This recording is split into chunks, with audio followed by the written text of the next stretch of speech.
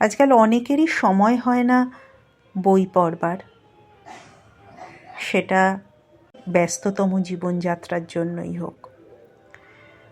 কিন্তু যে কোনো কাজের মধ্যে থাকতেই অডিও ফর্মে বইটা শুনে নেওয়া যায়, তাহলেও তো কিছুটা উপকার হয়। তাই সে সকল বন্ধুদের কথা ভেবেই আমি ভরতের নাট্যশাস্ত্রটা অডিও ফর্মে তুলে ধরবার চেষ্টা করছি। সব হয়তো একটা ভিডিওতে আসবে না, পার্ট বাই পার্ট অনুচ্ছেদ অনুযায়ী পরপর চেষ্টা করব পুরো বইটাই যাতে অডিওতে নিয়ে আসা যায়। প্রথমে শুরু করছি অবতরণিকা। এই অনুচ্ছেদে নাট্যকলার উৎপত্তি ও ক্রমবিকাশ সম্বন্ধে বলা হয়েছে। প্রাচীন ভারতে নাট্যকলার উৎপত্তি কখন হয়েছিল তা নিশ্চিত বলা যায় না। ঋগ্বেদের সংবাদ বা আখ্যান সূক্তগুলিতে যথা জমজমি, সরমাপনি, পুরুরবা উর্বশী ইত্যাদি যে কথোপকথন আছে তা থেকেই নাটকের ধারণা জন্মেছিল। ম্যাক্স মুলার, লেভি, হার্টল প্রভৃতি এই মত পোষণ করেন। জমি সূক্তে কামাতুরা জমি ভ্রাতা যমকে বলছেন, এই নির্জন দ্বীপে আমি তোমার সহবাসে অভিলাষিনী। যমের উত্তর, তুমি সহোদরা ভগ্নী, সুতরাং অগম্যা। এ স্থান নির্জন নয়, দেবগণ সর্বত্র দেখছেন। যমি উত্তর দিচ্ছে, পত্নী যেমন পতির নিকট, তেমন আমি তোমার নিকট স্বদেহ অর্পণ করি। রথচক্রদ্বয়ের ন্যায় এসো, আমরা এক কার্যে প্রবৃত্ত হই। যম বলছে, তুমি অপরের সঙ্গে এই কার্যে প্রবৃত্ত হও। যমি, দুলোক ভুলোক স্ত্রী পুরুষবৎ সম্বন্ধযুক্ত যমি ভ্রাতা যমের আশ্রয় গ্রহণ করুক। যম, ভবিষ্যতে এমন যুগ আসবে যখন ভ্রাতা ভগ্নী সহবাস করবে। এখন আমাভিন্ন পুরুষান্তরকে পতিত্বে বরণ করো। যমি, সে কিসের ভ্রাতা যে থাকতে ভগ্নী অনাথা হয়? আমি কামনায় মূর্ছিত হয়ে তোমায় অনুনয় করছি, তোমারও আমার শরীর মিলিয়ে দাও। যম বলছে, ভগ্নীতে যে ব্যক্তি উপগত হয় তাকে পাপী বলে। যমি, হায়, তুমি নিতান্ত দুর্বল পুরুষ। রজ্জু যেমন অশ্বকে, লতা যেমন বৃক্ষকে বেষ্টন করে, তেমন অন্য নারী তোমাকে আলিঙ্গন করে, অথচ তুমি আমার প্রতি বিমুখ। যম, অন্য পুরুষ তোমাকে আলিঙ্গন করুক, তাহার মন তুমি হরণ করো, সে তোমার মন হরণ করুক। আবার সরমাপনি সূক্তে পাওয়া যায়, গো অপহরণকারী পনি নামক দস্যুদের সঙ্গে বাদানুবাদে প্রবৃত্ত হয়েছে সরমা। তাকে পনিরা বলছে, তুমি কেন এসেছ? কয় রাত্রি ধরে এসেছ? নদী পার হলে কি রূপে? সরমা উত্তর দিচ্ছে, ইন্দ্রের দূতী রূপে এসেছি। তোমরা যে গোধন সংগ্রহ করেছ তা গ্রহণ করাই আমার ইচ্ছা। পনি, সেই ইন্দ্র কিরূপ? তিনি আসুন, তাহাকে আমরা বন্ধুভাবে নেব। তিনি আমাদের গাভী গ্রহণ করে গাভীঘনের সত্ত্বাধিকারী হন। সরমা, সেই ইন্দ্রকে পরাজিত করতে পারে এরূপ ব্যক্তি নেই। তিনি সকলকে পরাজিত করেন, তোমরা তার হস্তে নিহত হবে। পনি বলছে, আমাদের গাভীগণ থেকে যে কয়টি তোমার ইচ্ছা তোমাকে দিচ্ছি। বিনা যুদ্ধে কে তোমাকে এই গাভী দিত? সরমা বলছে, তোমরা যেন ইন্দ্রের বাণের লক্ষ্য না হও, তোমাদের গৃহে আসার পথ যেন দেবতারা আক্রমণ না করেন। পনি বলছে, আমাদের এই ধন পর্বত দ্বারা রক্ষিত, তুমি বৃথাই এখানে এসেছ। সরমা, ঋষি ও অঙ্গিরার সন্তানগণ সোমপানে উৎসাহিত হয়ে এসে এই সকল গাভী ভাগ করে নেবেন, তখন তোমাদের দর্প চূর্ণ হবে। পনি, তোমাকে আমরা ভগ্নীরূপে গ্রহণ করছি, তুমি ফিরে যেও না, তোমাকে এই গোধনের ভাগ দিচ্ছি। সরমা, আমি গাভীর জন্য এখানে প্রেরিত হয়েছি, তোমরা এ স্থান থেকে পলায়ন করো। গাভীগণ কষ্ট পাচ্ছে, ওরা ধর্মের আশ্রয়ে এখান থেকে চলুক। আবার পুরুরবা উর্বশী অংশের সংলাপে পাওয়া যায়, স্বর্গের অপ্সরা উর্বশী মর্তের রাজা পুরুরবার সঙ্গে কিছুকাল থাকার পরে অন্তর্হিতা হলেন। বিরহ বিধুর শোকার্ত রাজা তাকে দেখে বলছেন, তোমার চিত্ত কি নিষ্ঠুর, তুমি শীঘ্র যেও না, তোমার সঙ্গে কিছু কথা আবশ্যক। উর্বশীর উত্তর, তোমার সঙ্গে বাক্য লাভ করে কি হবে? তুমি নিজ গৃহে গমন করো, আমি প্রথম উষার ন্যায় চলে এসেছি। বায়ুকে যেমন ধরা যায় না, তেমন তুমিও আমাকে ধরতে পারবে না। পুরুরবা, তোমার বিরহে আমি যুদ্ধে জয়লাভ করতে পারিনি, রাজকার্য শোভাহীন হয়েছে, আমার সৈন্যগণ সিংহনাদ করার চিন্তা ত্যাগ করেছে।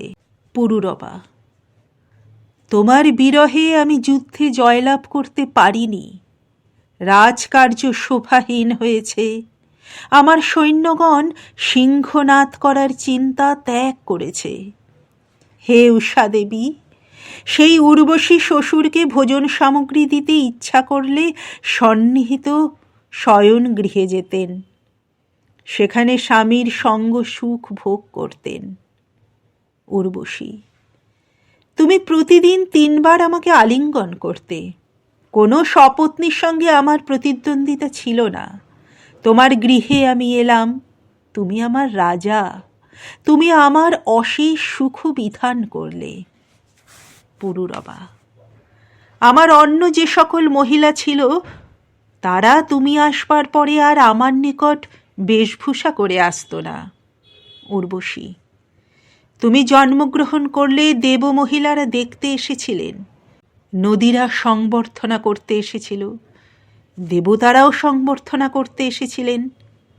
পুরুরবা, পুরুরবা মনুষ্যরূপে যখন অপ্সরাদের নিকট অগ্রসর হলেন, তখন তারা নিজ রূপ ত্যাগ করে অন্তর্হিত হলেন।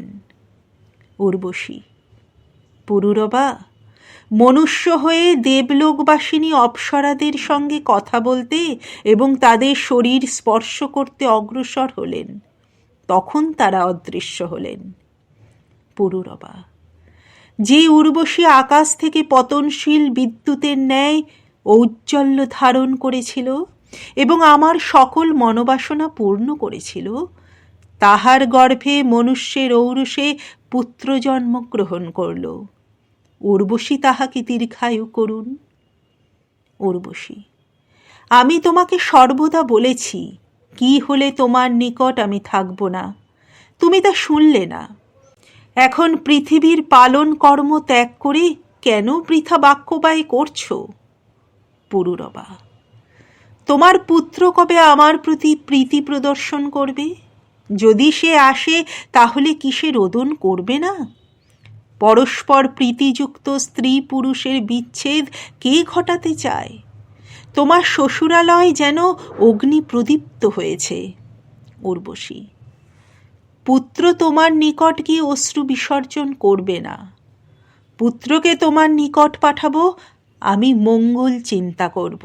হে নির্বোধ, ভিড়ে যাও, আমাকে আর পাবে না।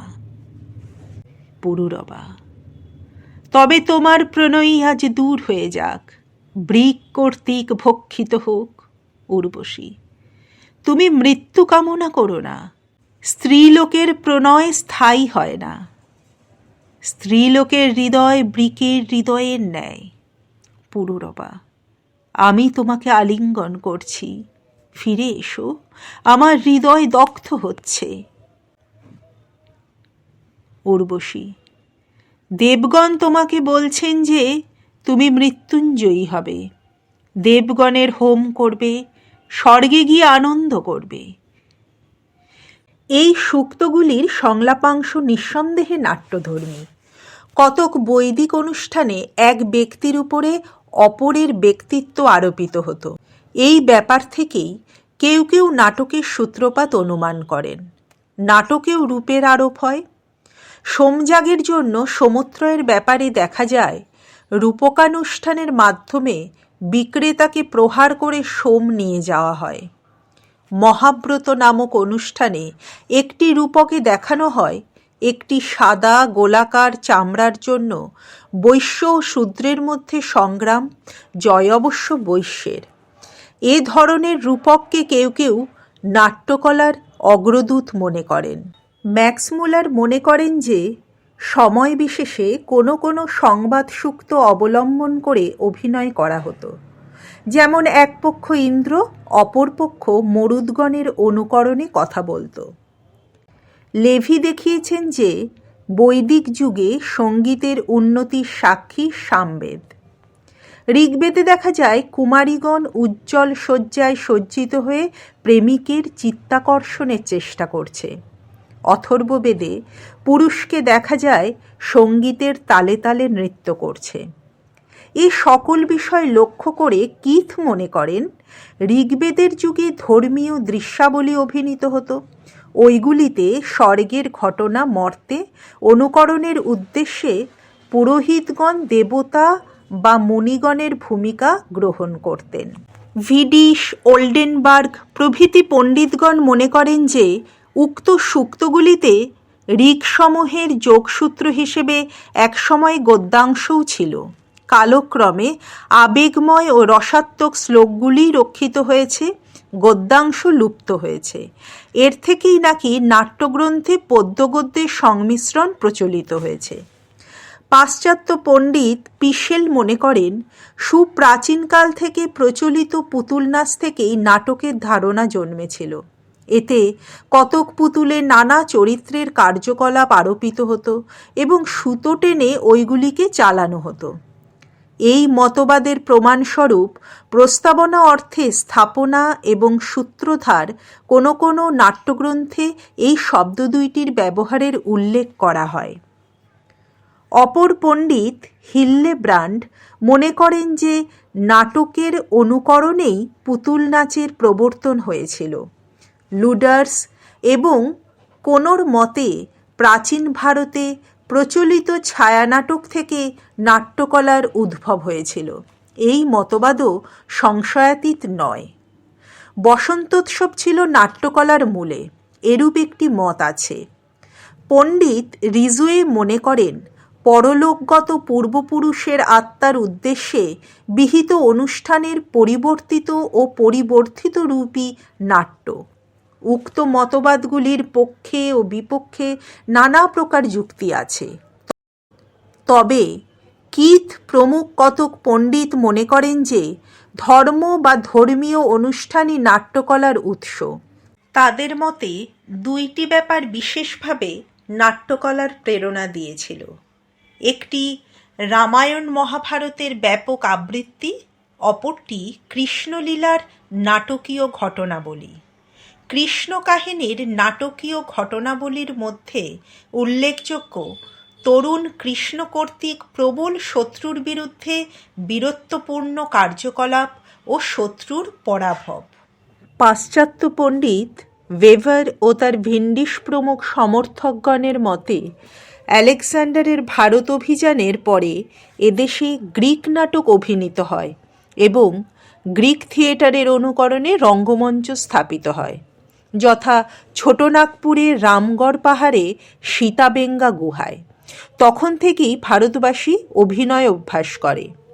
এই মতের সমর্থনে প্রধান যুক্তিগুলি এইরূপ: সংস্কৃত নাট্যগ্রন্থে যবনিকা শব্দটি যবন শব্দ থেকে নিষ্পন্ন। যবন অর্থাৎ গ্রীস দেশবাসী। রাজার দেহরক্ষিণী রূপে কোনো কোনো নাট্যগ্রন্থে যে যবনী শব্দের উল্লেখ আছে তাও যবন পদ থেকে এসেছে।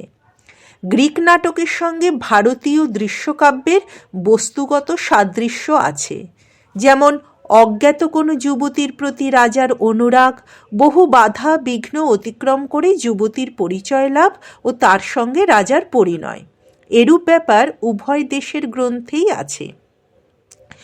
পরিচয় জ্ঞাপনে স্মারক দ্রব্যের প্রয়োগ, যথা শকুন্তলা নাটকে আংটি, বিক্রমর বসিয়ে সঙ্গমনমণি উভয় দেশের গ্রন্থেই আছে। প্রেম ঘটিত ব্যাপারের সঙ্গে রাজনৈতিক ঘটনার সংমিশ্রণ, যেমন মৃচ্ছকটিকে। নাকি গ্রিস দেশ থেকে প্রাপ্ত মৃচ্ছকটিকে বিচারালয়ের দৃশ্য এই মতাবলম্বীগণের মতে গ্রিক আদর্শে রচিত। প্রেমিকা কৃতদাসীকে মুক্ত করার উদ্দেশ্যে চৌর্য যেমন মৃচ্ছকটিকে এবং গ্রিক নাটকের নায়ক কর্তৃক তদীয় প্রিয় পাত্রীকে ক্রয়ের জন্য অসুদোপায় অবলম্বন, এই দুয়ের সাদৃশ্য আছে। মৃচ্ছকটিক নামের সঙ্গে গ্রিক নাটক সিস্টেলারিয়া অর্থাৎ ক্ষুদ্র সিন্ধুক ও আউলুয়ালারিয়া ক্ষুদ্র ভাণ্ডর সাদৃশ্য দেখানো হয়েছে। গ্রিক অ্যারিস্টটলের নির্দেশ অনুসারে একদিন বা তার কিছু বেশি সময়ের মধ্যে নিষ্পাদ্য ঘটনাবলী নাটকীয় বস্তুরূপে গৃহীত হতে পারে। বলা হয়েছে এরই প্রভাবে সংস্কৃত নাট্যগ্রন্থ সম্বন্ধে নির্দেশ দেয়া হয়েছে যে নাটকের অঙ্ক হবে নানেক দিনও নির্বত্ত কথাভি সংপ্রযোজিত, অর্থাৎ অঙ্কে বর্ণিত ঘটনা একদিন নিষ্পাদ্য হবে। ভিডিশ দেখাবার চেষ্টা করেছেন যে সংস্কৃত নাট্যগ্রন্থের বিট বিদূষক ও সকারের সঙ্গে গ্রিক রোমান নাটকের প্যারাসাইট, সার্ভাস, কিরিয়ান্স, মাইলস ও গ্লোরিয়াসাস এর অদ্ভুত সাদৃশ্য বিদ্যমান। কোনো কোনো ব্যক্তি গ্রিস দেশীয় সং অর্থাৎ মাইম থেকে ভারতীয় নাট্যকলার উৎপত্তি অনুমান করেছেন। গ্রিক সং মুখোশ বা অতি উঁচু তলাযুক্ত বুটজুতো যেগুলোকে বাস্কিন বলে সেগুলো ব্যবহার করত না। ভারতীয় নাট্যেও এগুলির ব্যবহার ছিল না। সঙ্গে অন্তত রোমানদের পরিচালনায় পর্দা ব্যবহৃত হতো। ভারতীয় নাট্যাভিনয়েও যবনিকা ছিল। ভারতীয় নাট্যের ন্যায় গ্রিক সঙ্গেও বিভিন্ন ভাষা ব্যবহৃত হতো এবং অনেক পাত্র থাকত। তাছাড়া গ্রিক সঙ্গের জেলোটাইপস ও মকসের সঙ্গে সংস্কৃত নাট্যের যথাক্রমে সকার ও বিদূষকের কিছু সাদৃশ্য আছে। উভয় দেশের নাট্যগ্রন্থের প্রস্তাবনায় গ্রন্থকারের নাম, গ্রন্থনাম এবং সহানুভূতি সহকারে নাটকটিকে গ্রহণের জন্য নাট্যকারের অভিপ্রায় ঘোষিত হয়েছে। উভয় দেশের নাট্যেই বস্তু প্রাধান্য লাভ করেছে। ভারতীয় নাট্যে চরিত্রগুলি ত্রিবিধ, উচ্চ, মধ্যম ও নীচ। অ্যারিস্টটলের আইডিয়াল আদর্শ, রিয়েল বাস্তব ও ইনফেরিয়র অর্থাৎ নিকৃষ্ট চরিত্রগুলি প্রায় উক্ত তিন শ্রেণীর অনুরূপ। অ্যারিস্টটলও নাট্যশাস্ত্রের ন্যায় পুরুষ নারীর চরিত্রের ভেদ সম্বন্ধে সচেতন। অ্যারিস্টটলের ন্যায় নাট্যশাস্ত্রেও নট ও দর্শকের চিত্তে যে ভাবোদয় হয় তার সম্বন্ধ লক্ষিত হয়েছে। উভয় দেশেই তাৎপর্যপূর্ণ নাম ও নাট্যে প্রযুক্ত ভাষা সম্বন্ধে আলোচনা আছে। কারো কারো মতে সংস্কৃত একাঙ্ক নাটক গ্রিক মাইম দ্বারা প্রস্তাবিত। উক্ত মতের বিরুদ্ধে কতক যুক্তির অবতারণা করা হয়েছে। এই যুক্তিগুলি গ্রিক ও ভারতীয় নাট্যকলা প্রসঙ্গে আলোচিত হবে। ভরতের নাট্যশাস্ত্রে একটি প্রাচীন ঐতিহ্য এই যে স্বয়ং ব্রহ্মা নাট্যগ্রন্থ বা দৃশ্যকাব্যের সৃষ্টি করেন এবং নিচে অমৃত মন্থন ও ত্রিপুরদাহ নামক দুখানি দৃশ্যকাব্য রচনা করেন। এই আখ্যানকে অলীক মনে করলেও কতক প্রমাণ থেকে ভারতে গ্রিক আগমনের দীর্ঘকাল পূর্বেই যে নাটকের প্রচলন ছিল তা মনে করা যায়। যজুর্বেদে শৈলুষ শব্দের প্রয়োগ আছে। এই শব্দে পরবর্তীকালে নট বা অভিনেতাকে বোঝালেও সেকালে সঙ্গীতজ্ঞ বা নর্তককেও বোঝাতো। পাণিনির অষ্টাধ্যায়ীতে শিলালি ও কৃশাশ্বকৃত নটসূত্রের উল্লেখ আছে। সুতরাং নাটকের আবির্ভাব আরও বহুকাল পূর্বে হয়েছিল বলে অনুমান অসঙ্গত নয়। যেমন পূর্বে ভাষার উৎপত্তি হয়, পরে রচিত হয় ব্যাকরণ, তেমনি পূর্বে নাটকের উদ্ভব এবং পরে নটসূত্র বা নাট্যশাস্ত্রের রচনা, এই স্বাভাবিক ক্রম। পতঞ্জলির মহাভাষ্যে নাটকের অস্তিত্বের প্রমাণ নিঃসন্দিগ্ধ। আজকে এই পর্যন্তই।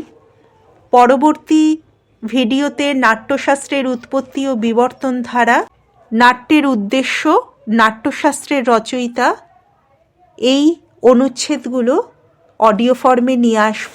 ভরতের নাট্যশাস্ত্র এই বিষয়টার উপরে আলাদা একটা প্লেলিস্ট করা আছে।